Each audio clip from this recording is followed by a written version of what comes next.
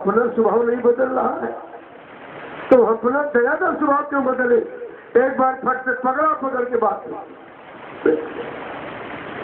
तो ये स्वभाव जीवों के हैं।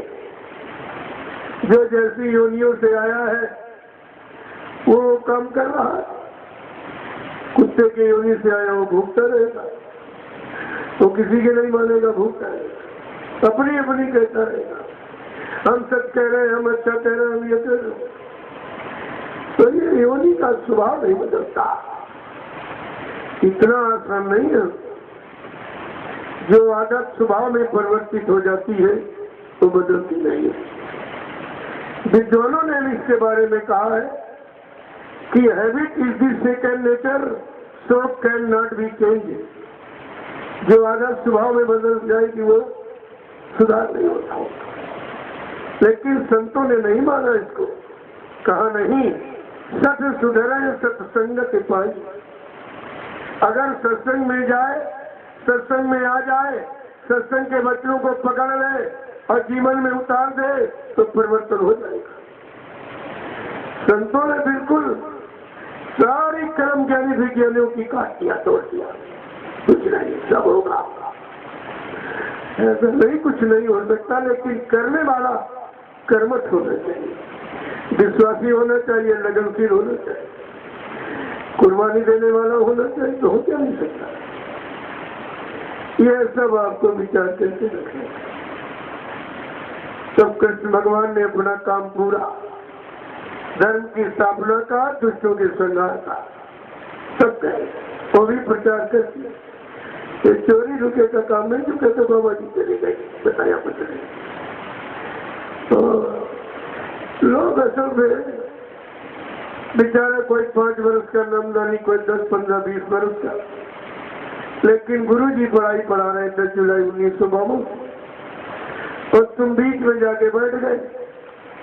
तुमको तो मालूम नहीं पहले क्या सिखाया, पढ़ाया, समझाया, क्या क्या भविष्यवाणियां की आगे आने वाले समय, और तो तुमने सुना नहीं था। इसलिए वही बेचारे भोले भाले जीवों को इन स्वार्थी लोभी लालचियों ने अपने स्वार्थ के चंगुल में फंसा दिया। और इनको ये नहीं मालूम कितनी बड़ी इसकी सजा है। बाबा जी ने कहा था 50 किलोमीटर पर कहीं सत्संग की आवाज मिल जाए तो सब काम छोड़ के तुम वहां पहुंच जाना। तुमको नहीं मालूम है कौन सी तुम्हारी होने वाली दुर्घटना को बचा दिया जाए, जानलेवा बीमारी को रोक दिया जाए, होने वाले भारी धन के नुकसान को बचा दिया जाए। प्रेमियों, सत्संग सद्गुरु की दया का एक बहाना होता है। जिस दिन से नामदान दे देते हैं, जीव की कर्मों की बही अपने हाथ में ले लेते और देखते जाते हैं इसकी कौन सी घड़ी कहां पर किस तरह खतरनाक है, जिसमें जान जा सकती है, धन जा सकता है, भारी बीमारी दुर्घटना होते हाथ पैर टूट सकते हैं। तो इससे बचाने के लिए उन्हीं घड़ियों में कहीं न कहीं सत्संग का आयोजन कर देते और तुमको बुला लेते। तुमको उस घड़ी से बचाने के लिए वहां से टाल देते जहां तुम्हारी दुर्घटना होनी है या नुकसान होना है, वहां से हटा करके अपने सत्संगों में बुला लेते। ये है दया। लेकिन तुम इस दया को कहां समझते? तुम नहीं आए हो, तुमको दया घसीट के लेके आए। अरे तुम आने वाले कहाँ थे? तुम्हारा साथी, तुम्हारा मंत्री मन, वो तो काल का एजेंट, वो तो उधर सलाह देगा कि नहीं चलोगे, धंधे में इतना नुकसान हो जाएगा, दुकान में इतना नुकसान हो जाएगा, छुट्टियां चली जाएंगी, खेती का काम रुक जाए, तमाम बहाने तरह तरह के। अगर बीमार पड़ जाओ फिर कौन करें? पैसा भी चला जाएगा और कोई गारंटी नहीं कि बाद में मर भी जाओगे, सब चला गया, क्या पड़ा? और सदगुरु दयाल एक आदेश में, एक इशारे में तुम्हारा कितना लाभ करा। लेकिन जीव बेचारा तो अज्ञानी है, उसे क्या मालूम कि हमारा लाभ है, किसने बुलाया है। तो यह सब अप्रत्यक्ष दया तुम्हारे देख रेख में नहीं है, अंदरूनी। कहा था जिसको नाम दान दे देते उसको अपना बना लेते। मान लीजिए जिधर से कहीं वो चला जाए, भजन बंद कर दे, तो क्या समझते वो नरकों में चला जाएगा? उसको फिर मनुष्य भी दिलाएंगे। जैसे पतंग कहीं आसमान में चली जाए, देखने वाले कहते कि न डोरी दिखाई दे रही न उड़ाने वाला, पता नहीं पतंग बेचारी कहाँ नदी नाले में जाके गिरेगी, लेकिन जो उड़ाने वाला उसको तो मालूम है। 1 मिनट में डोरी खींचकर अपने पैर के अंगूठे पर रख लेगा। ऐसे तुम चाहते हो कि नहीं नहीं हम वहां भाग गए, उज्जैन चले गए, मथुरा चले गए, इधर भाग गए उधर भाग गए, तुम कहीं जाने वाले नहीं। जिस वक्त डोरी खींची जाएगी, क्योंकि वो सब नामदान की डोरी उनके हाथ में है, फौरन जैसे खींचेंगे तुम एकदम घसीटते चले आओगे, घसीटते हुए चले आओगे। तुम इस अभी अंदरूनी राज को नहीं समझते हो कि नामदान का इतना बड़ा रिश्ता जैसे पति पत्नी का, जब फेरे पड़ जाते हैं एक दूसरे पर विश्वास करते हैं, ऐसे नामदान ये शब्द है। और सूरत की भावर इसी के साथ फैली थी। सतगुरु दयाल बीच में बन गए मंडप और तुम्हारी भावर घुमाती सत्य के साथ जीवात्मा।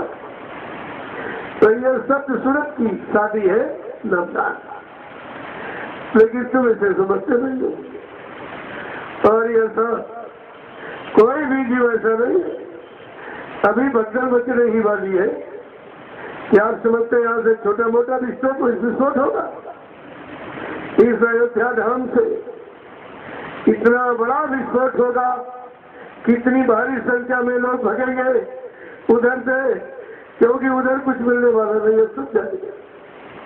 तो अरे भाई, जो तुमसे सेवा मांग रहा है, तुम्हारी सेवा से जी रहा है, तो वो समर्थ है।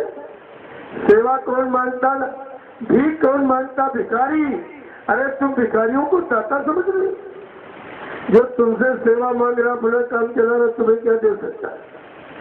ये भी तुम नहीं समझ पाए हो कि दाता किसे कहते हैं, भिखारी किसे कहते हैं। ये सब जिसने नाम दान दिया वो दाता है। वो देने जिसके पास नाम धन है, इस धन के मुकाबले कोई धन नहीं है। जो ऐसा नाम धन का खजाना भंडार लेके आया है, वो सबका दाता है, सबका रखवारा है, सबका सृजनहार, सबका मददगार है। तो तुमने उसी को छोड़ दिया तो तुम्हारा होगा क्या? तुम अपने लिए सोचोगा, तुम्हारा क्या होगा? देखो ये सब चीजें, और तुम ये इधर ये संगत का धन जो बर्बाद कर रहे हो, अन्न, इसे क्या समझते हो? इसने कहा कि भंडारे की रोटी बड़ी कठिन है, इसको खाना कुछ न कुछ करना जरूर है, बड़ा कठिन है। एक बार नारद जी रोज मृत्यु लोक का समाचार विष्णु भगवान को बताते थे। तो एक दिन जा रहे थे मृत्यु लोक से, रास्ते में काश्तकार का खेत पड़ गया, तो चने की फसल खड़ी थी। देखा बड़ी अच्छी अच्छी फलियां लगी, एक फली तोड़ करके नारद ने खा ली। बहुत मीठी है। जब पहुंचे विष्णु के दरबार में, तो विष्णु भगवान ने कहा, कहो नारद जी, मृत्युलोक के क्या समाचार? कहा भगवान बहुत अच्छे। कहा सब तो अच्छे हैं, लेकिन तुम्हारी 84 बन गई। कहा वो कैसे? कहा तुम जो आ रहे थे रास्ते में, काश्तकार के खेत में चने की फसल खड़ी थी, बिना पूछे और बिना दिए परिश्रम किए तुमने जो एक दाना खाया है, उसके लिए तुमको 84 योनियों में जाकर के मृत्युलोक मंडल में उस काश्तकार का कर्जा भरना पड़ेगा। कहा भगवान ये तो बड़ा अनंत हो गया, समझ नहीं पाया मैं, क्या इसकी माफी नहीं हो सकती? कहा माफी तो मेरे पास नहीं है, क्योंकि मृत्युलोक का कर्जा है और मृत्युलोक का मालिक है गुरु। मैं तो विष्णु लोक का मालिक हूँ, मृत्यु लोक का मालिक गुरु है। देखो प्रेमियों कितनी बड़ी बात। इसीलिए कहा ब्रह्मा जी को ब्रह्मलोक दे दिया गया। तुम भगवान देवता मालिक हो, देखने करो। और विष्णु को विष्णुलोक दे दिया गया और शिव को शिवलोक दे दिया गया कि तुम मालिक देवता भगवान देखने करिया। राम को साकेत लोक, कृष्ण को गोलोक, देवी देवताओं को देवलोक दे दिया कि तुम सब लोग वहाँ के मालिक देवता भगवान अपना देखने करो। तो मैं आपसे इसी संदर्भ में पूछना चाहूंगा कि मृत्युलोक किसको दिया गया, जहाँ पर हम आप बैठे। अब हमारी आपकी समान कौन करेगा? हमारा आपका मालिक देवता भगवान कौन है? कहते मृत्युलोक मंडल का मालिक गुरु है। गुरु मैं तभी तुम कोई काम करते हो संसार परिवार के सुख समृद्धि के लिए तो ब्राह्मण पंडित विद्वान को बुलाते हो, लेकिन एक ही श्लोक पढ़ के सुनाता हूँ। कहता गुरु ब्रह्मा गुरु विष्णु गुरु देव महेश्वरा गुरु साक्षात पर ब्रह्म तस्मै श्री गुरुवे नमः। ये नहीं लिखा ब्रह्मा गुरु, कहते गुरु ब्रह्मा, गुरु ही ब्रह्मा, गुरु ही विष्णु, गुरु ही शंकर और गुरु साक्षात पर ब्रह्म परमात्मा। तो गुरुदेव नाम परमात्मा प्रभु का क्या अलग से बताया गया? तुम यही नहीं समझ पाते हो, कहकर भी नहीं जान पा रहे हो कि हमें क्या कह रहे, इसका क्या मतलब। इसलिए तस्मै श्री गुरु नमः। इसलिए मृत्युलोक मंडल में केवल गुरु को ही नमस्कार है। गुरु या शिष्य उसका साधक, तीसरे के लिए नमन नहीं लिखा हुआ था। यह सब विचार करके आपको रखना चाहिए था, लेकिन तुम्हारे पास कोई विचार नहीं। तो नारद जी से कहा विष्णु जी ने कि नारद ये काम मेरा नहीं है, जाओ मृत्युलोक में, आज सवेरे जाओ, जो कोई मिल जाए उसी को गुरु बना लेना। नारद जी बेचारे चिंता लेके चल पड़े और विष्णु जी पहले ही आगे खड़े। उन्होंने एक मछुआरे का भेष बनाया, मछली मारने वाले का। एक जाल कंधे पर डाले, 2-4 मछलियां उतरे, चले आ रहे थे। नारद जी ने देखा सामने, मैंने कहा विष्णु भी ऐसे ही है।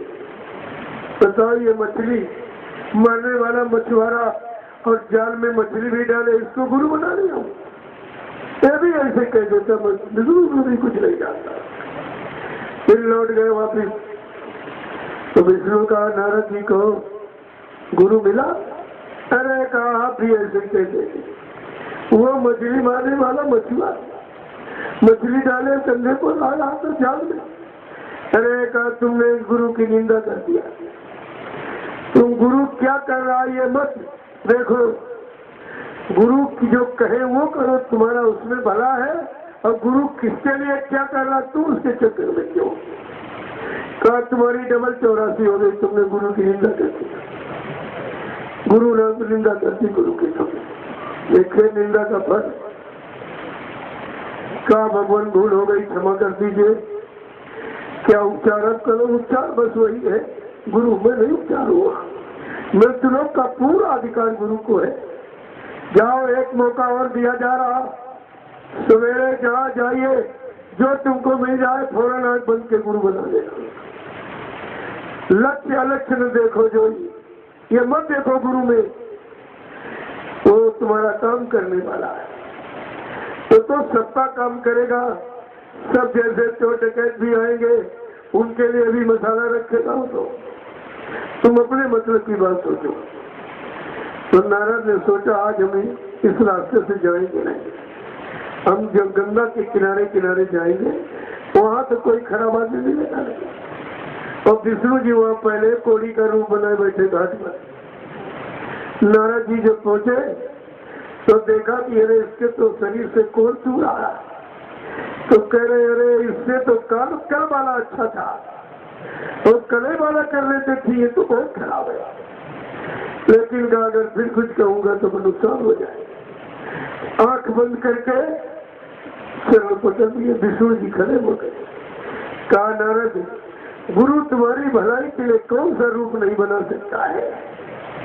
यह है रूप की कला कि जीव के भले के लिए गुरु क्या क्या नहीं कर सकता है।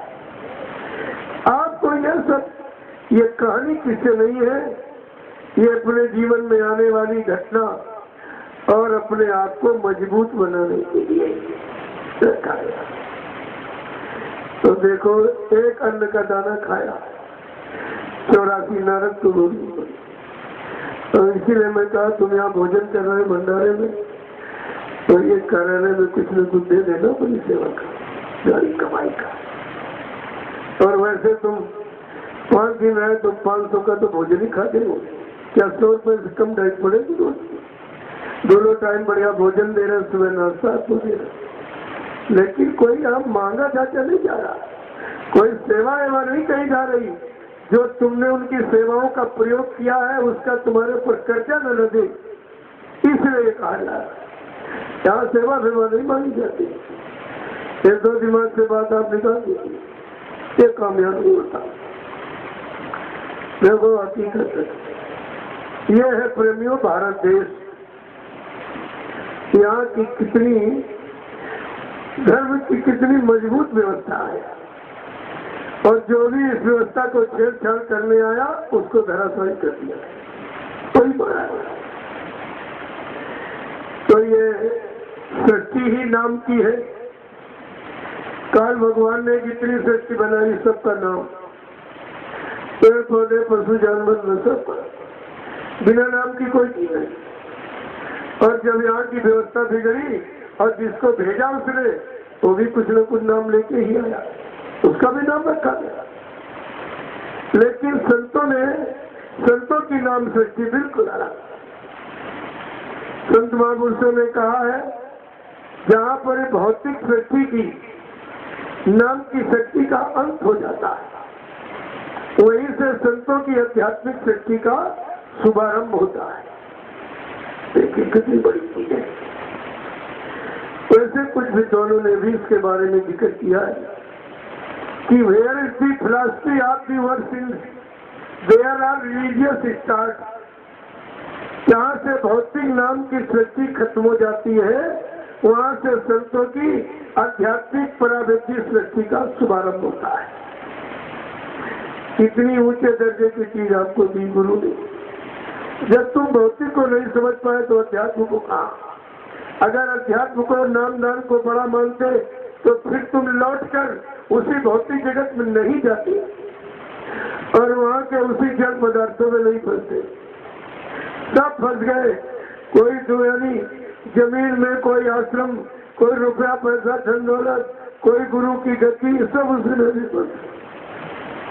गुरु ने निकालने के लिए नामदान दिया और तुम गुरु के ही समान में फंस गए।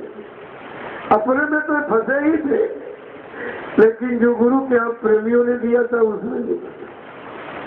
अब समझ लो कि नारद ने एक दाना खाया 84, और इन्होंने कितने करोड़ अरबों खरबों इस प्रेमियों के सेवाओं का दुरुपयोग नहीं किया। इनको कौन सी सजा मिलेगी? उसी सजा से बच जाए इसलिए आवाज लगाई जाए, आ जाओ आ जाओ, घूम जाओ, लौट आओ, चुपचाप बैठ के भजन करने लगो, नहीं तो ये माफी काल भगवान की तो माफी है ही नहीं। काल भगवान का प्रमाण है कि भगवान राम ने अपने पिता को नहीं माफ किया। तुम्हारी कौन सी रिश्तेदारी ऐसी, तुम कौन सा रिश्ता है तुम्हारा इतना मजबूत, उसको नहीं माना। दोनों अवतारी शक्तियों का है कि राम ने अपने सगे बाप को नहीं माफ किया और कृष्ण ने सगे मामा को नहीं माफ किया। ये माफ करने वाले नहीं, दंड देने वाले हैं। और जो तुम गए हो वहां तुम महादंड मिलने वाला है, महादंड। जघन्य अपराधी है जहां तुम गए हो। जिसने गुरु को नहीं बख्शा तुम्हें क्या बख्श देगा? विचार कीजिए, जो गुरु का नहीं हुआ किसका होगा? और ये नियम भी लिखा है कि गुरु से कपट और संगत से चोरी और की हुए निर्धन की हुए कोढ़ी, ये कानून है, इसे कोई नहीं काट सकता। ये कुदरत का नियम कानून बना हुआ है।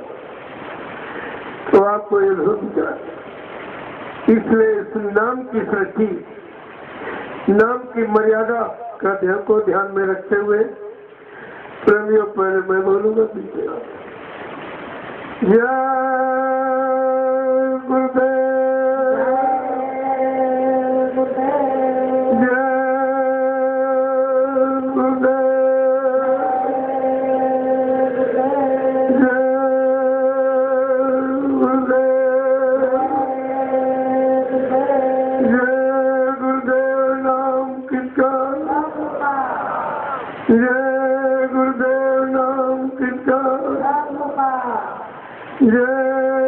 गुरुदेव नाम किसका, प्रभु का प्यारा नाम, हम सब बेसहारों का सहारा, हम सब जीवों के एकमात्र आधार पूज्य स्वामी जी महाराज। इस विशेष सत्संग में शरीक होने वाले देश के विभिन्न प्रांतों, जनपदों, शहरी ग्रामीण अंचलों से आए हुए समस्त सत्संगी प्रेमी जन, आसपास के गांव में आवास निवास करने वाले समस्त धर्म प्रेमी माताएं, बहने, पुरुष, देवी देवता, मंदिर मस्जिद पर आस्था विश्वास रखने वाले हिंदू और मुसलमान, ये बड़े सौभाग्य का दिन है जो ऐसे गंदे खान पान के बीच, गंदी संग सोबत के बीच फंसे मानों को एक अच्छी दिशा का ज्ञान कराया जाना, अच्छे रास्ते पर चलने की एक प्रेरणा दी जाएगी। ये छोटी मोटी दया का, और तुमको तो कोई अच्छी सलाह भी देने वाला, अच्छी सलाह देते तो तुम आज भ्रमित थोड़ी होते, इधर उधर थोड़ी तुम भटकते, तुम सब लोग अपने काम में लग जाते, और अगर काम में लगे तो तुम्हें फुर्सत नहीं मिलती, जो काम में लगा उसको फुर्सत कहाँ इधर जाने की।